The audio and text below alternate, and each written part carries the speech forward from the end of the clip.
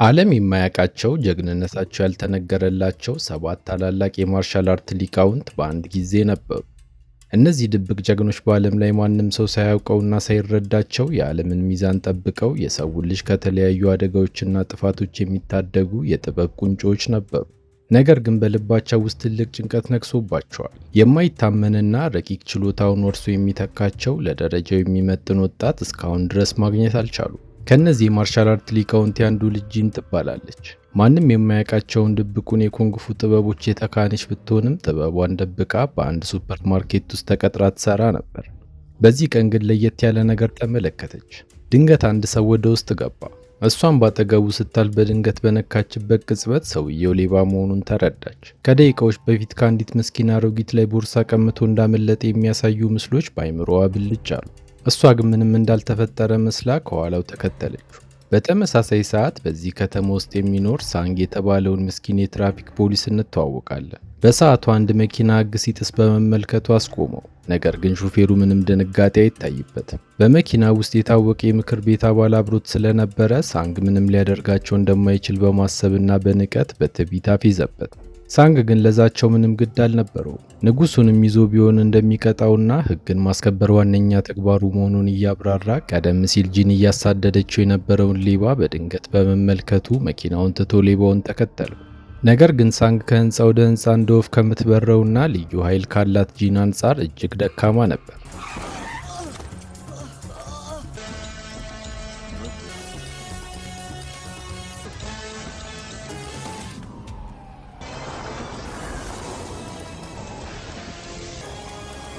እሷ በተለየና ከተፈጥሮ በላይ በሆነ ኃይል ግንብ ላይ እየሮጠች ስታባረው ሳንግ አልቻለም። በመጨረሻም በሚያስደንቅ ቅልጥፍና የፀጉር ማስያዣዋን ወርውራ ሌባውን ከሞተር ብስክሌቱ ላይ ጣለችው። ከዚያም የሰረቀውን ቦርሳ ላዛውንቱ እንዲመልስላት ጠየቀችው። እሱ ግን ይባስ ብሎ ቢላዋ መዘዘ። ወደ እሷ እንደሰነዘረው ታዲያ ቀላል ሰው አለመሆኗን አወቀ። በመቀጠልም ውስጧ ባለው ሚስጥራዊ ኃይል ልትመታው ተዘጋጅታ ለቀቀችው። ነገር ግን ይህንን ከፍተኛ የውስጥ ኃይል ሙሉ በሙሉ መቆጣጠር ገና ስላለመደች የሰነዘረችው ጥቃት በአጋጣሚ በቦታው ደርሶ በነበረው ሳንግ ላይ አረፈ። በሰከንድ ነበር ራሱን ስቶ የወደቀው። በዚህ ሰዓት ጂን ምን ማድረግ እንዳለባት ግራ ገባት። በመጨረሻም እንዲመረምሩት ወደ አባቷና የቀሩት የጥበብ ሊቃውንት ሚስጥራዊ መደበቂያ ቦታ ይዛው ሄደች። እዚያም ሲደርሱ ሊቃውንቱ እጅግ አስደናቂ ነገር አስተዋሉ። የለቀቀችበት ኃይል ከፍተኛ ነበር። እንደ ሳንግ ያለ ተራ ሰው ወዲያውኑ መሞት ነበረበት። ነገር ግን በተቃራኒው በሰውነቱ ውስጥ ተኝቶ የነበረውን የቺ ኃይል እንደከፈታቸው ተረዱ። ሰውነቱ ላይ የደረሰው ጥቃት የሰውየውን ችሎታ ወደ ላቀ ደረጃ እንዳሳደገውም ገባቸው። ሳንግ ራሱን ከሳተበት በነቃ ጊዜ ዙሪያውን የከበቡትን ሰዎች ሲያይ በከፍተኛ ፍርሃት መጮህና መቅበዝበዝ ጀመረ። እነሱም ሊያረጋጉትና ሊያባብሉት ቢሞክሩም ፖሊሱ ሳንግ ግን ማልቀሱንና መጮውን በፍጹም አላቆመም። ስለዚህም ዋናው ማስተር ልዩ በሆነ ጥበብ ቆልፎ እንደ ሐውልት አደረገው። በኋላ ላይ ሲረጋጋ ጠብቀው ስለ ማንነታቸው አስረዱት። በዓለም ላይ ሚስጥራዊ የቺ ኃይል ፍሰቶች እንዳሉና እነሱም ይህንን ኃይል ለእውነትና ለፍትህ ሲሉ የመክፈትና የመግራት ታላቅ ኃላፊነት እንዳለባቸው በዝርዝር አስረዱት። በዚህ ጊዜ ሳንግ አስቆማቸው። እናንተ ታዋቂዎቹ 7ቱ ሊቃውንት ከሆናችሁ ለምንድነው እዚያ 5 ብቻ ያላችሁት ሲል ጠየቃቸው። እነሱም 6ኛው አባላቸው ከ20 ዓመታት በፊት አቅመ ደካሞችን ለማትረፍ ሲል ሕይወቱን እንዳጣ ነገሩት። ህዝቡን ለመጠበቅ የነበረውን የቺ ኃይል ሁሉ አሟጦ ተጠቅሞ በነበረበት ሰዓት በሚያሳዝን ሁኔታ ከፍተኛ አስለቃሽ ጭስ ስለተነፈሰ ሕይወቱ ማለፉን ገለጹለት። ነገር ግን 7ኛው ሊቅ ምን እንደደረሰበት ለመናገር ፈጽሞ ፈቃደኛ ሳይሆኑ ቀሩ። ስለዚህ ሚስጥራዊውን የቺ ኃይል ለማስተዋወቅ ሲሉ በተግባር ሊያሳዩት ሞከሩ። አንደኛው ማስተር በአየር ላይ ሲበር፣ ሌላኛው ደግሞ በግንብ ላይ ያለ ችግር ሲሮጥ፣ ሶስተኛው ደግሞ በመዳፍ ምት አየር ላይ ሲያበረው በጣም ደነገጠ። በአይኑ እስኪያይ ድረስ ይህንን ከተፈጥሮ በላይ የሆነ የማርሻል አርት ሚስጥር አላመነም ነበር። እርግጥ ነው ፈሪው ሳንግ ያየው ነገር ሁሉ ፍርሃቱን ስላባባሰው ከዚያ ቦታ ቶሎ አምልጦ ለመውጣት ተሯሯጠ። ነገር ግን ጂን አምራና ተውባ ወደ ውስጥ በገባችበት ጊዜ የሳንግ ሀሳብና ትኩረት በሙሉ ተሰረቀ። አጋጣሚውን በመጠቀምም የሊቃውንቱ መሪ የሆነው አባቷ ቀርቦ ለምን ወደዚህ እንዳመጡት አስረዳው። በሰውነቱ ውስጥ እስካሁን ካገኟቸው ወጣቶች ሁሉ የላቀ ያልተገራ የተፈጥሮ የቺ ኃይል አለህ አለው። እሱ ግን የማስተሩን ንግግር ልብ ብሎ አልሰማም። ሳንግ የቋመጠው እንደነሱ በግንብ ላይ መሮጥና መብረር የሚችል ከሆነ ነበር። እነሱም በእርግጠኝነት እነሱ የሚችሉትን ሁሉ ማድረግ እንደሚችል አረጋገጡለት። ሳንግ ማመን አቅቶት ሞከረ። እንዳሉትም ተሰምቶት የማያውቀው ኃይል በውስጡ ተሰማው። ሆኖም ነገሩ ይበልጥ ስላስደነገጠው ከዚያ ስፍራ ፈጥኖ ለመውጣትና ለመሰወር ወሰነ። ነገር ግን ወደ አውቶቡስ ማቆሚያው በደረሰ ሰዓት ጥበቡን ለብቻው ለመሞከር አስቦ ለመብረር ሞከረ። ሆኖም እንደ እብድ መስሎ ከመታየት ውጭ ከመሬት 2 ሳንቲም ከፍ አላለም። በቦታው ቆሞ የነበረችው አንዲት ሴት በእንግዳ እንቅስቃሴው ግራ ተጋባች። ያም ሆነ ይህ ሳንግ ቅድም ያደረጋቸው ሁሉ በራሱ ጥረት እንዳልነበረ ታወቀ። ሊቃውንቱ ተስፋ ቆርጦ ወደ ኋላ እንዳይልና ቡድናቸውን እንዲቀላቀል ለማበረታታት ሲሉ የራሳቸውን የጂ ኃይል ሰጥተውት ነበር እንዲበር ያደረጉት። እሱ ግን ይህንን ጥሪና ግብዣ ሙሉ በሙሉ አልቀበልም በማለት ጸንቷል። በማግስቱ ሳንግ አገር ሰላም ብሎ ወደ ቢሮው እንደገባ አለቃው አስጠርቶት በከፍተኛ ቁጣ ጮኸበት። ያንን የቦርሳ ሌባ መያዝ ባለመቻሉ በግኗል። የእሱ ብቃት የፖለቲከኞችን መኪና ማስቆምና መቅጣት ብቻ እንደሆነ በመግለጽ በባልደረቦቹ ፊት አዋረደው። ከዚያም ሌላኛውን አንጋፋ ፖሊስ ጠርቶ ሳንግን ቀላል ስራዎች እንዲያሰራውና እንቅስቃሴውን ሁሉ እንዲከታተል አዘዘው። ሳንግም ከተመደበለት የሥራ ባልደረባው ጋር በመሆን ወደ መደበኛው የከተማ ጥበቃ ተግባሩ ወጣ። በትናንትናው ዕለት የደረሰበትን ከተፈጥሮ በላይ የሆነ ክስተት ለባልደረባው በዝርዝር ሊያስረዳው ሞክሯል። ነገር ግን በዚህ መሃል በፖሊስ ሬዲዮ ላይ ድንገተኛ የጥሪ ድምፅ ሰሙ። ወዲያውም ወደ ተባለው ስፍራ በፍጥነት አመሩ። ቦታው ላይ እንደደረሱ ግን ድንጉጡ ሳንግ ከፍርሃቱ የተነሳ መሬት ላይ በፊቱ ተደፋ። በሰዓቱ የአካባቢው የሽፍታ ቡድን ንጹሐን ዜጎችን በጭካኔ ሲያሰቃዩና ሲደበድቡ ነበር። የሚያስገርመው ግን አብሮት የነበረው ፖሊስ ከሽፍታው መሪ ጋር በማበር እንዳላየ ለመሆን ሞከረ።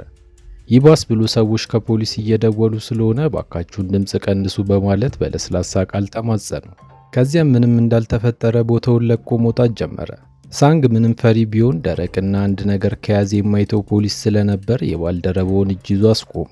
እንዴት እንዲህ ባለ ሁኔታ ተጠቂዎቹን ጥለናቸው እንሄዳለን ሲል ጠየቀ። ከዛም ቀጥታ በሽፍታዎቹ መሪ ፊት ቆሞ መታወቂያውን እንዲያሳይ ጠየቀው። ባልደረባው ግን የሽፍታው ቡድን ዝም እንደማይልና ነገሩ ወደ ከፋ ደረጃ እንደሚሄድ ስላወቀ ሁኔታውን ለማረጋጋት ሞከረ። ሳንግ አሻፈረኝ አለ።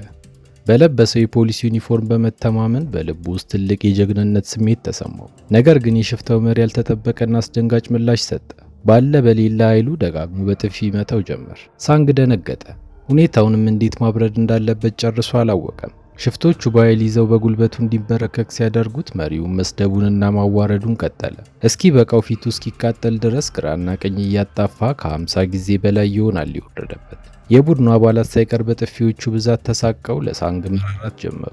በመጨረሻም ወደ መሃል ወርውረው ይህን ለዘላለም እንዲያስታውሰው ሲልም በወደቀበት ረገጠው።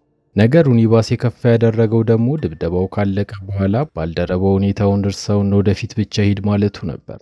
የዛን ቀን ሳንግ በደረሰበት ውርደት ተቃጥሎ በንዴት ብዙ አልኮል ጠጣ። መጸዳጃ ቤት ውስጥ በሚገኘው መስታወቱ ፊት ቆሞ ከራሱ ጋር መጣላትም ጀመረ። በከፍተኛ ድምፅ እየጮኸና ራሱን እየወቀሰ ለደቂቃዎች ከቆየ በኋላ ወደ አንድ ወሳኝ እውነት ደረሰ።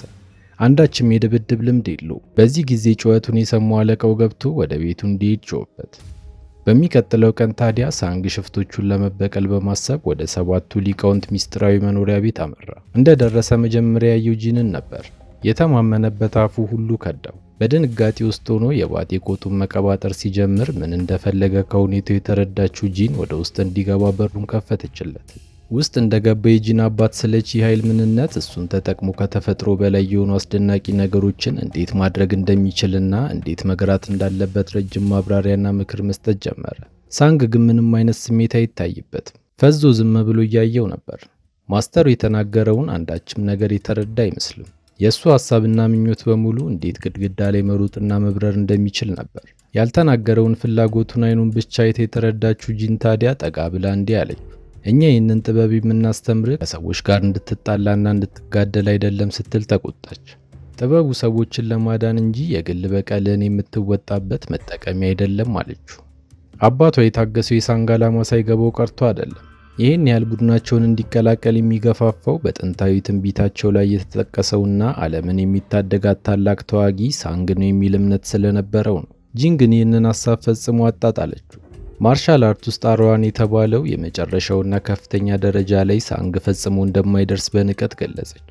ከዚያም ይዛው ወደ ከተማው ሰፊ ጎዳና ወጣች። ስለ ቺ ኃይል ጥልቅ ሚስጥራዊ ትርጉምን ማብራራችለት። ይህ ታላቅ ኃይል ሁሉም የሰው ልጅ ውስጥ ተቀብሮ እንደሚገኝ በተግባር ልታሳየው ሞከረች። በሚሰራው ማንኛውም ስራ ላይ ከፍተኛ ትጋትና ፍቅር ያደረበት ሰው በስተመጨረሻ የጥረቱን ፍሬ ስለሚያጭድ በቀላል ወደ ሊቅነት ደረጃ ሊደርስ እንደሚችል ገለጸች። ይህ ሁሉ ቢባልም እሱ ግን አሁንም ማወቅና ማየት የፈለገው ያንን የመዳፍ ጥቃትና በረራ እንዴት መማር እንደሚችል ነበር። ይህ በእንዲህ እንዳለ ማንም ያልጠበቀውና ያልተዘጋጀበት አስፈሪ ክስተት በከተማዋ ሌላኛ ጫፍ ላይ ተከሰተ። የመሬት ውስጥ መተላለፊያና መውጫ ቱቦዎችን የሚቆፍሩ ሰራተኞች በስራ ላይ ነበሩ። ከሰራተኞቹ አንዱ ግን ለስላሳና ለየት ያለ ግንብ አገኘ። ከግንቡ ጀርባም አንድ እንግዳ የሆነ ድምፅ ሰማ። ወዲያውኑ ሰራተኞቹ መቆፈር ጀምረው ግንቡን ሰባብረው ወደ ውስጥ ገቡ። ያዩት ነገር አስደንጋጭ ነበር። በሚስጥራዊ ክፍል ውስጥ እንደ አጽም የደረቀና ለብዙ ዓመታት ተዘግቶበት የኖረ ያረጀ አዛውንት ተመለከቱ። በጭራሽ ማመን አቃታቸው። ይበልጥ ያሸበራቸው ነገር ግን ዞር ሲሉ አዛውንቱ ከዓይናቸው መሰወሩ ነበር። በተመሳሳይ ሰዓት የሳንግ ልምምድ ቀጥሏል። በጠረጴዛ ዙሪያ ከበው እየተመገቡ ነበር። ሳንግ ግን አልታደለም። ሊቃውንቱ የእጁን አንጓዎች ጥንካሬ ለመጨመርና ጡንቻዎቹን ለማዘጋጀት እጆቹን በሰንሰለትና በገመድ አጥብቀው ስላሰሩት ምግቡን በነፃነት አንስቶ መብላት አልቻለም። በዚህም የተነሳ ሲያማርና ሲያክቶመትም ነው የቆየው። ይህንን የተመለከተው ማስተር ታዲያ ትዕግስቱ አለቀ። ጥበብ ፍለጋ የመጣው አንተ ራስህ ነህ፣ ስለዚህ የሚደርሱብህን ጫናዎች ዋጥ አድርገህ ታገል፣ አለዚያ ደግሞ አሁኑኑ መሄድ ትችላለህ ሲል በጥብቅ አስጠነቀቀው። ከዚህ ተግሳጽ በኋላ ሊቃውንቱ የሚያሳድሩበት ጫና 2 እጥፍ ጨመረ። በጋለ አሸዋ የተሞላ ድስት አጠገብ ወሰዱት። ያለምንም ማቋረጥም ያንን ትኩስ አሸዋ በባዶ እጁ እንዲመታና በጣቶቹ እንዲበሳው አስገደዱት። ሳንግ በድርጊታቸው ይበልጥ ተበሳጨ። ይህ አይነቱ አሰልቺ ስልጠና ሰዎችን ለመደብደብ ምንም አይነት አቅም እንደሌለው በማሰብ ተነጫነጨ። መምህሩም የሳንግ ፍላጎት ያንን የመዳፍ ጥቃት በፍጥነት መማር ብቻ መሆኑን ስለተረዳ ያስተሳሰቡን ጥግ እያነሳ አፌዘበት። ይህ በእንዲህ እንዳለ በመሬት ውስጥ እንደ አጽም ደርቆ የተገኘው ሚስጥራዊ አዛውንት በአንድ ትልቅ የቤቲንግ ሱቅ ደጃፍ ተገኝቷል። የሱቁ ባለቤት የአዛውንቱን የቆሸሸና ያረጀ ልብስ በተመለከተ ጊዜ ተራ ለማይመስሉት ስለታየው ጥቂት ሳንቲሞችን አውጥቶ በንቀት ወረወረለት። ነገር ግን ይህ እንግዳ ገንዘቡን ከማንሳት ይልቅ ባለቤቱ ወደ ውጭ እስኪወጣ ድረስ የሱቁን በር ያለ እረፍት አንኳኳ። ትዕግስቱን የጨረሰው ባለሱቁን በደም ፍላት ወጥቶ እጁን ትከሻው ላይ አሳረፈ። በዛች ቅጽበት ልክ በጥይት እንደተመታ የሰውየው እጅ ተበስቶ አየር ላይ በረረ። ባለቤቱ በከፍተኛ ድንጋጤና ሕመም ውስጥ ሆኖ ጠመንጃ አነሳ። ነገር ግን አይኑን ጨፍኖ እስኪገልጥ ጥይቱን አመለጠ።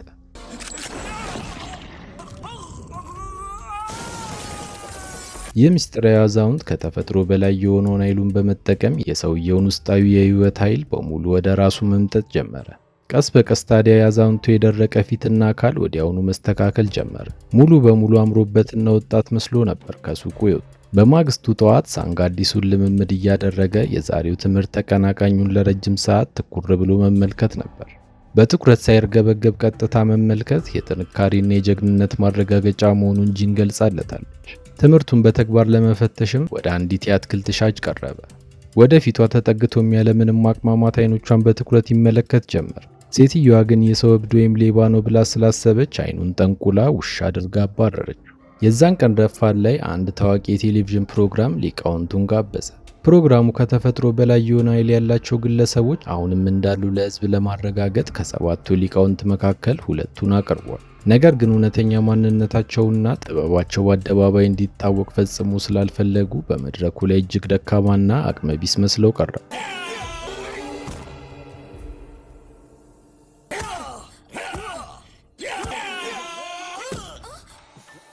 ሌላው ቀርቶችን የደረቀች እንጨት እንኳን መስበር እንደማይችሉ አድርገው ራሳቸውን አሳዩ። በተመሳሳይ ሰዓት ሳንግ ለጂን የተለየ ፍቅር እያዳበረ ነው። በዚህ ምክንያት ስለምትወደውና ስለምጠላቸው ነገሮች ፍንጭ አገኛለሁ ብሎ በማሰብ ቦርሳዋን በሚስጥር መፈተሽ ጀመረ። በውስጡም ወደ ውበት ትምህርት ቤት ለመግባት ያዘጋጀቻቸውን ሰነዶች አገኘ። በተጨማሪም የልደት ቀኗ በጥቂት ቀናት ውስጥ እንደሆነ ሲረዳ ድንገተኛ ስጦታ ለማዘጋጀት አቀደ። ከዚህ በኋላ ሳንግ ስለ ማርሻል አርት ምንነት በይበልጥ መረዳት ጀመረ። ከረጅም ቀናት ልምምድ በኋላ ታዲያ መምህሩ ትኩረቱን ለመፈተሽ በጂን ላይ አንድ ቡጤ እንዲሰነዝር አዘዘው። ሳንግም ባልተጠበቀ ፍጥነት ጂንን መታት። ምቱ ቅጽበታዊ ስለነበረ ነስሯታል። አሁን ትንሽ ተስፋ አግኝቷል። ሳንግ እንደጠበቁት ተስፋ ቢስ አለመሆኑን ሲያረጋግጡ 5ቱ ሊቃውንት የቀሩትን ሁሉ የጥበብ ሚስጥራት ደረጃ በደረጃ ማስተማር ጀመሩ። ከሁሉም በላይ ደግሞ በቻይና ባህል ውስጥ ትልቅ ቦታ ያላቸውን 5 የተፈጥሮ አካላት አስተማሩት። ከነሱም የመጀመሪያው እንደ ተክሎች የውስጥ ኃይልን መቆጣጠርና ማሳደግ ነው። ሁለተኛው በፍልሚያ ላይ እንደ ውሃ የመፍሰስ ብቃት ነው። ሶስተኛው የባላንጣን ምቶች መቋቋም፣ የደረሰበትን ምቶች እንደ መሬት ወደ ራስ መምጠጥ ነው። አራተኛው ደግሞ እንደ እሳት ሰንጥቀው የሚገቡ ቅጽበታዊ ምቶችን አከታትሎ መሰንዘር መቻል ነበር። የመጨረሻውም ልዩ ልዩ የጦር መሳሪያዎችን እንደ ገዛ ሰውነት አድርጎ የመጠቀምን ጥበብ ያካተተ ነበር። ሳንግ በመጀመሪያዎቹ ቀናት ስልጠናው ሙሉ በሙሉ አቅቶት የነበረ ከመሆኑ በላይ በቤቱ ውስጥ ብዙ ውድመቶችንና አደጋዎችን አመጣ። ነገር ግን በጊዜ ሂደትና በጂን እርዳታ በሰውነቱ ላይ አስደናቂ የሆነ ለውጥ በግልጽ ታየ። ከዕለታት አንድ ቀን ሳንግ እንደተለመደው በመንገድ ላይ ቆሞ የትራፊክ ፍሰቱን ሲቆጣጠር መሬት ውስጥ ተቀብሮ የነበረው ሚስጥራዊ ሰው በትዕቢት ተሞልቶ ሕጎቹን እየጣሰ አስፓልቱን ሲያቋርጥ አየው። ሳንግን በፍጥነት ከኋላው ተከትሎት መታወቂያውን እንዲያሳይ ጠየቀው። በዚያች ቅጽበት ሊገለው አስቦ ነበር። ሆኖም በሳንግ አካል ውስጥ ያለው ይቺ ኃይል ገና ያልበሰለና ደካማ መሆኑን ስላስተዋለ ይህንን ጉልበት መንጠቅ ምንም ጥቅም እንደሌለው ተረድቶ ወደ ኋላ ተመለሰ። ሳንግ ግን እንደተለመደው ነገሩን በቀላሉ ሊተወው አልፈለገም። ወዲያውኑ በከተማው ጎዳናዎች ላይ ያሳድደው ጀመር። የተወሰነ ከተከተለው በኋላ ግን በመኪና ተገጭቶ ወደቀ። በሚያስገርም ሁኔታ አካሉ ላይ ምንም አይነት ጉዳት ሆነ ስብራት አልደረሰም። ለስልጠና ሲል በሰውነቱ ላይ አስሯቸው የነበሩት ከባድ ብረቶች በፍጥነት ፈቶ አወለቀ። ከዚያም በከፍተኛ ፍጥነት መከተሉን ቀጠለ። ሳንግ ምን ያህል እንደጠነከረ የምንረዳው እዚህ ጋር ነው። የመኪናው የፊተኛ አካል ላይ በእጁ የተደገፈበት የእጁን ምልክት ቅርጽ ይዞ ቀርቷል። ያም ሆነ ሳንግ ይህንን ሚስጥራዊ ሰው መከተሉን አላቆመም። በመጨረሻም ሰውየው ወደ ሰማይ ሲበር ተመለከተ። ይህንን ሲያይ እልህ ውስጥ ገባ። ያየውን ለመድገም በማሰብ ግንብ ላይ ለመሮጥ የቻለውን ቢሞክርም ነገር ግን አስፈላጊው ጥበብ ስላልነበረው ሳይሳካለት ቀረ። በተመሳሳይ ሰዓት ሁለቱ ሊቃውንት በመንገዳቸው ላይ እየተጓዙ ሳለ ሚስጥራዊውን ማስተር አስፓልቱ ላይ ባይናቸው አዩት። በከፍተኛ ሁኔታ ደነገጡ። ከዓመታት በፊት የማይወጣበት እስር ቤት የከተቱት እነሱ ነበሩ። አሁን ታዲያ ይህ አደገኛ ሰው በነፃነት ሲንቀሳቀስ በማየታቸው የሚያደርጉት ጠፋቸው። ስሙ ሃንግ ይባላል። ከጥቂት ደቂቃዎች በኋላ የጂን አባት ፈጠን ፈጠን እያለ ወደዚህ ሆስፒታል ሲገባ እናያለን። በመጨረሻ አንደኛው ክፍል ሲገባም ቀደም ሲል ከሃንግ ጋር የተፋጠጡት ሊቃውንት ሙሉ በሙሉ መንቀሳቀስ አቅቷቸው ወደ ሐውልትነት ተለውጦ አገኟቸው። እንደተመለከታቸው ከፍተኛ እውቀት ያለው የማርሻል አርት ሰው የውስጥ ኃይል መስመሮቻቸውን እንደዘጋባቸው ወዲያውኑ ተረዳ። በሌላ ትዕይንት ጂን ለሳንግ ለየት ያለ ቴራፒ እየሰጠችው ትገኛለች። እሱም በተራው እሷን ለማስደሰት በማሰብ ቀደም ብሎ ያዘጋጀውን የልደት ስጦታ አበረከተላት። እርግጥ ነው ቦርሳዋን በሚስጥር ፈትሾ የልደት ቀኗን እንዳገኘ አልነገራትም። ነገር ግን ስጦታ የውበት ማሰልጠኛ ተማሪ መሆኗን የሚያረጋግጥ መታወቂያ መሆኑን በተመለከተችበት ጊዜ ሳንግ የግል ዕቃዎቿን በሚስጥር እንደበረበረ አወቀች። በዚህም የተነሳ ተበሳጭታ የስድብ ናዳ በላዩ ላይ ያዘነበችበት። ሳንግ እንዲህ አይነት ምላሽ ይገጥመኛል ብሎ በፍጹም ስላልጠበቀ በትካዜ ውስጥ ሆኖ ብቸኝነቱን ለመርሳት በሰይፍ ስልጠና ላይ ብቻ ተኮረ። ጂን ግን በኋላ ላይ ንግግሯ መስመር ያለፈና የጠነከረ መሆኑ ስለተሰማት ይቅርታ ለመጠየቅ አሰበች። በዚህ ምክንያት የዛን ቀን እራት ልትጋብዘው ይዛው ወጣች። በዚህ ሰዓት ሊቃውንቶቹ በአዲሱ ዜና ተጨንቀው ምን ማድረግ እንዳለባቸው እየተወያዩ ይገኛሉ። እዚህ ላይ ሃንግ የተባለው ማስተር ከመታሰሩ በፊት ሰባተኛው የጥበብ ሊቅ እንደነበረ እንረዳለን። ከብዙ ዓመታት በፊት ታላቅ ክህደት ፈጽሞባቸዋል። እነሱም በአንድነት አሸንፈው በመሬት ውስጥ በሚገኝ ዋሻ ውስጥ በሰንሰለት አሰሩት። አሁን ግን አምልጧል። ማንም ሊያስቆመው አይችልም። ዓላማውም ገደብ የለሽ ኃይል የሚሰጠውንና ወደ ከፍተኛው የኦርሃን ደረጃ የሚያደርሰውን ሚስጥራዊ ቁልፍ ለማግኘት ከተማዋን እያመሳት ነው። ወደ ሳንግ ስንመለስ በታሪኩ መጀመሪያ ላይ ደብድቦ ያዋረደው የሽፍታ ቡድን አሁን በዚህ ሬስቶራንት ተገኘ። አንደኛው ታዲያ ሳንግ ከጂን ጋር ተቀምጦ ባየው ሰዓት ጠጋ ብሎ ሊያሾፍበት ሞከረ። ሳንግ ግን ምንም አይነት ፍርሃት ሳይታይበት ከፊቱ ቆመ። ወንበዴው የሚያየውን ማመን አቃተው። ሳንግ አሁን እንዲህ በድፍረትና በልበ ሙሉነት ሊያነጋግረው በመቻሉ በጣም ተበሳጨ። የነገሩን መጋጋል ያስተዋለችው ጂን በዚህ ሰዓት ጣልቃ ገባች። ከተራ ሰዎች ጋር መደባደብ እንደሌለበት አሳስባ ሁኔታውን ለማረጋጋት ሞከረች። ነገር ግን ጀግናችን ሳንግ ቀደም ሲል በደረሰበት ውርደት የተነሳ በልቡ ውስጥ አደገኛ የበቀል እሳት አርግዞ ነበር። የሽፍታው መሪም እነዛን ጥፊዎቹን ሊደግም አስቦ ትንሽ ጠፍጥፋችሁ በትህትና መናገርን አስተምሩት ሲል ቅጥረኞቹን አዘዘ። ሆኖም ሳንግ አሁን እንደ ቀድሞ አቅመ ቢስ አልነበረም።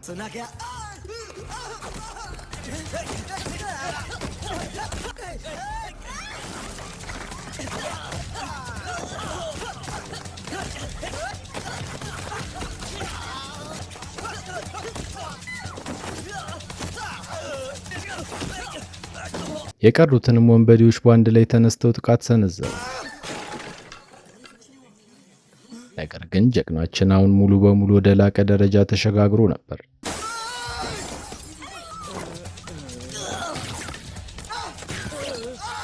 ምንም እንኳን ይቺ ኃይልን ገና ሙሉ ለሙሉ ባይቆጣጠርም የመዋጋት ችሎታው ግን ከነዚህ ተራ ሰዎች ጋር ሲነጻጸር ሌላ ጉዳይ ነበር። የሽፍታው መሪ አዲሱን የሳንግ ብቃት ሲመለከት ወደ ውጊያው ለመግባት ወሰነ።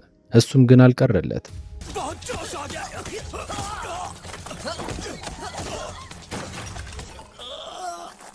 ሽፍታው በንዴት ድጋሚ ሊሞክር ተነሳ። ነገር ግን ሙከራው ሁሉ ከንቱ ሆኖ ቀረ።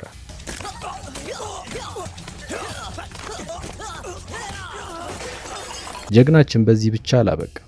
ቀደም ሲል የደረሰበትን ውርደት እያስታወሰ ልቡ ቅቤ እስኪጠጣ ድረስ አከታትሎ በተኛበት ረገጠው። የቀሩት ወንበዴዎች ጣልቃ ለመግባት በሞከሩ ጊዜ ታዲያ ጂን ደርሳ በቀላል ምቶች ሁሉንም አርበድብዳ ከተቀመጡበት እንዳይንቀሳቀሱ አደረገቻቸው።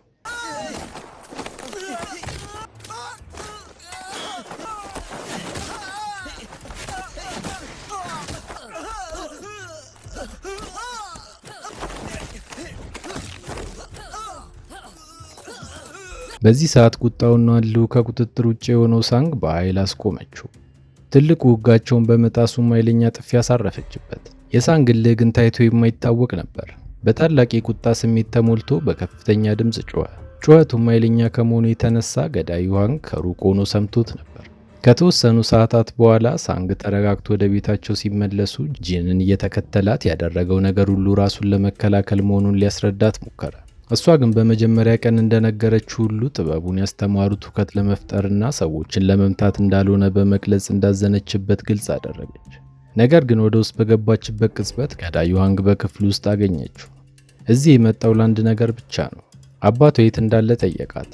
ሳንግ ይህንን ሰው እንደተመለከተ ማን እንደሆነ ወይም ምን እንደሚፈልግ ጨርሶ አልተረዳም።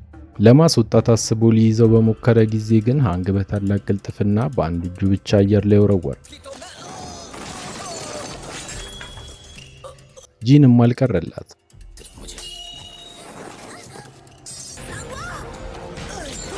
ጉልበቱ ከነሱ አቅምና ደረጃ እጅግ የላቀ መሆኑ በግልጽ ታየ። ሳንግ እንደተለመደው በግትርነቱ ጸንቶ በክፍል ውስጥ የነበሩትን የሸክላ ዕቃዎቹን ሊወረውርበት ጀመር። ነገር ግን ሃንግ ፍጹም በሆነ የሴፍ ብቃት ሁሉንም መከተ። ይህንን ማስተር በጭራሽ ሊጎዳው አልቻለም። ሆኖም ሃንግ ትኩረቱን ወደ ጂን አዙሮ ሊጎዳት ሲዘጋጅ ከቁጥጥር ውጭ ሆነ። በአንድ ታላቅ ጩኸት ብቻ በዙሪያው የነበሩትን ጡቦችና ፍርስራሾች በሚያስደንቅ ሁኔታ በአየር ላይ አነሳቸው። ሃንግ ምንም እንኳን በልጁ ድንገተኛ ኃይል ቢደናገጥም ባለው የዓመታት ልምድ ፍርስራሹን በሙሉ ተቆጣጥሮ መልሶ ወደ ሳንጓ ዞረ። እሱም እንደምንም ከጥቃቱ አምልጦ በሰነዘረው ምት ታላቁን ማስተር ማቁሰል ቻለ። ጂንም አጋጣሚውን ተጠቅማ በመጨረሻው ሰከንድ ሰይፍ ወረወረችለት። ልክ በዚያው ቅጽበት አባቷ በቦታው ደረሰ። የሁለቱም የማርሻል አርት ክህሎት የሚመጣጠን ነበር።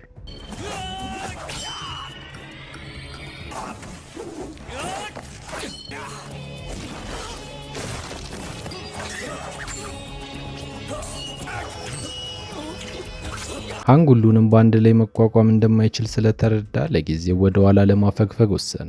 መምህሩ ግን ሃንግ መቁሰሉን አይቶ እሱን ለማጥፋት ብቸኛው ዕድላቸው አሁን መሆኑን አመነ። ስለዚህም ተከትሎት ሮጠ። ሳንግ መምህሩን ለመርዳት አብሮት ለመሄድ ወሰነ። ማስተሩ ከሃንግ ጋር በይፋ የሞትና የሽረት ውጊያ ገጠመ።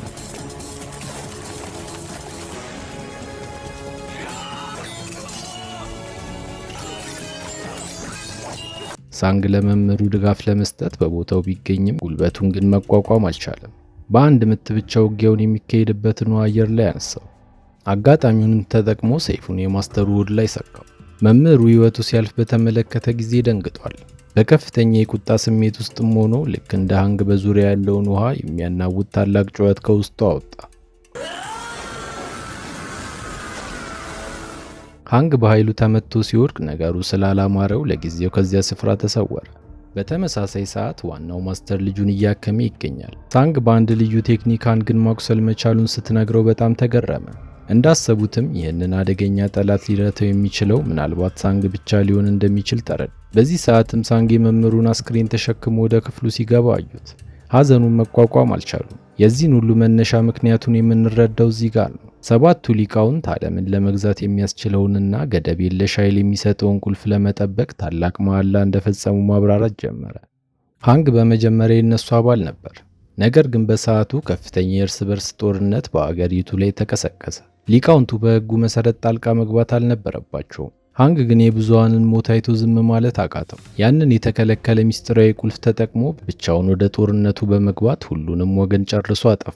በዚያ ቀን የተሰማው ከፍተኛ ኃይል ሕይወቱንና ማንነቱን ለዘላለም ለወጠው። ምክንያቱም ዓለምን ሙሉ በሙሉ መግዛት የሚችል ታላቅ ጉልበት በእጁ መኖሩ ከኃይሉ ሱስ እንዲይዘው አደረገ። የቀሩት ሊቃውንት ታዲያ ይህንን አደገኛ ሱስ መቼም ከውስጡ ማውጣት እንደማይችሉ ሲገባቸው ለረጅም ዓመታት በመሬት ውስጥ በሰንሰለት አስረው ቆለፉበት። ወደ ኡራን ደረጃ የሚመራውን የቁልፍ ሚስጥርም ማንም እንዳይደርስበት ልዩ የሆነ ቦታ ደበቁት። አሁን እነዚህ ማስተሮች ቁጥራቸው በመቀነሱ የሚተካቸው ኃይል እንደሚያስፈልግ ተረድተዋል። ለዚህም ዋናው ሊቅ ከእነሱ ጋር ሁልጊዜ በመንፈስ ተገናኝቶ ለመኖርና ጥበቃ ለማድረግ በማሰብ በጀርባው ላይ የነበረው ሚስጥራዊ ንቅሳት ወደ ልጁና ሳንግ አዛወረው። ነገር ግን ቤቱን ለቀው እንደወጡ ሃንግ ከዋናው ማስተር ጋር ለመነጋገር መጣ። ማስተሩ ቁልፉ በአሁኑ ሰዓት በእጁ እንደሌለ በግልጽ አስረዳው። ሃንግም መልሱን እንደምቢታ ስለቆጠረው አደገኛ ውጊያ ጀመሩ።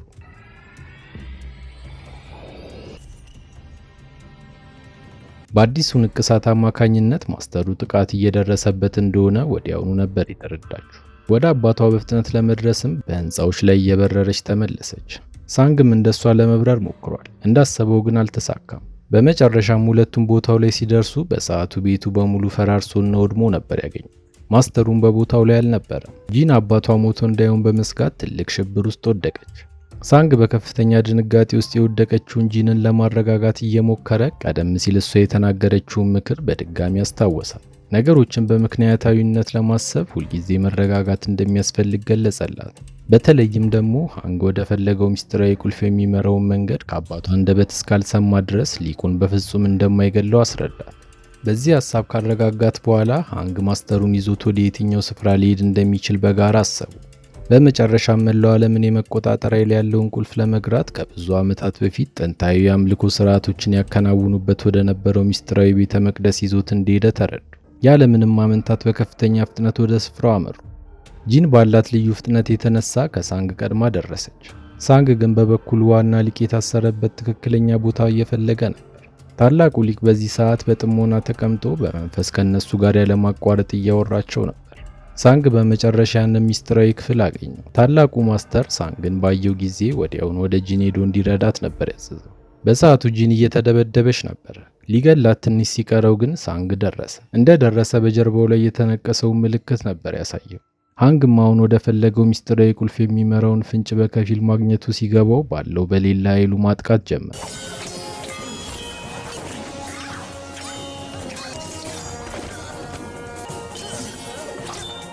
አደገኛው ማስተር እጅግ የላቀ ደረጃ ላይ በመድረሱና እሱን መቆጣጠር አዳጋች በመሆኑ የቻለውን ያህል ድጋፍ ሰጥተዋለች። ሁለቱም ከታላቁ ሊቅ ባገኙት ውስጣዊ ኃይል በመጠቀም በአንድ ላይ ተፋለሙት። ነገር ግን በሰይፉ አንዴ ሲያገኙት ሙሉ በሙሉ ቁጣው ገንፍሎ ወጣ።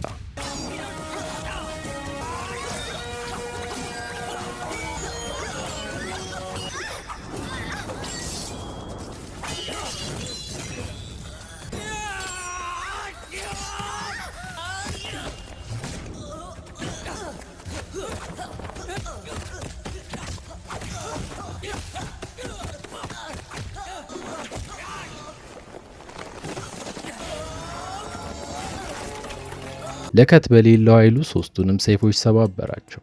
ቀጥሎም ጂንን አንገቷ ላይ አቆሰላት። እሷም በበኩሏ በሰይፉ ስባሪ ሆዱን አግኝታው ነበር። እዚህ ላይ ሃንግ ሙሉ በሙሉ ትዕግስቱን አጣ። ሰይፉን በትከሻዋ ላይ ሰክቶ ጥሏት ሳንግን ለመግደል ተነሳ። ሳንግ ሞቱን ማትረፍ ቢችልም እሷ ላይ ሊያርፍ የነበረው ከባድ ምት ተቀበለው። በዚህ ቅጽበት የጂንን የውስጥ ኃይል በከፊል መምጠት ችሎ ነበር። በከፍተኛ ደስታና ትዕቢት ተሞልቶ ቆመ። ሳንግ ለማስቆም በሞከረ ጊዜ በሆዱ ላይ ባሳረፈው አደገኛ ምት ተዘረረ። በዚህ ሰዓት በመንፈስ ከሚያናግሩት ማስተር የሚሰማው ቃላት በጭንቅላቱ ውስጥ ደጋግሞ አስተጋቡ። ይህም እስከ መጨረሻው የህይወቱ ትንፋሽ ድረስ ተነስቶ እንዲዋጋ ሞራል ሰጠው።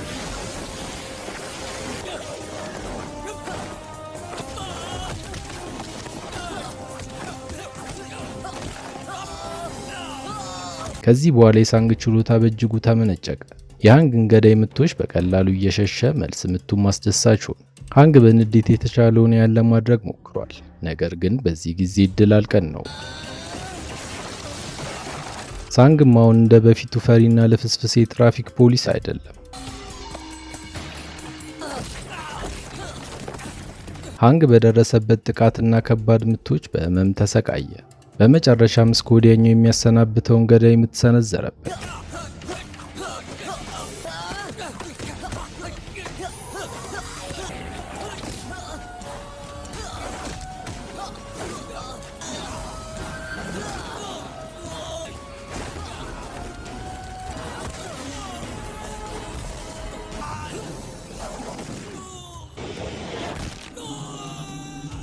አደገኛው ማስተር የመጨረሻውን የህይወት ትንፋሹን እየተነፈሰ መሬት ላይ ወደቀ። ሳንግ መሞቱን ካረጋገጠ በኋላ ጂንን ለመርዳት ነበር የሮጠው። ሁሉም ነገር ካከተመና ሰላማቸው ከተመለሰ በኋላ ጂን ወደ መደበኛ ህይወቷ ተመለሰች። ነገር ግን በዚህ ቀን በታሪኩ መጀመሪያ ላይ የአዛውንቷን ቦርሳ ሰርቆ ስታሳደው የነበረው ሌባ በድጋሚ ተመለከተች። ምንም ሳታመነታ ማባረር እንደጀመረች ግን ጀግናው ሳንግ እርዳታ ለመስጠት ቦታው ላይ ተገኘ። እስከ መጨረሻው ስለተከታተላችሁኝ አመሰግናለሁ። ምንም አይነት ሐሳብና አስተያየት ካሉት ኮሜንት ላይ ለማስቀመጥ ወደ ኋላ ይበሉ። ቪዲዮውን ላይክ እና ሰብስክራይብ በማድረግ ያበረታቱን። አመሰግናለሁ።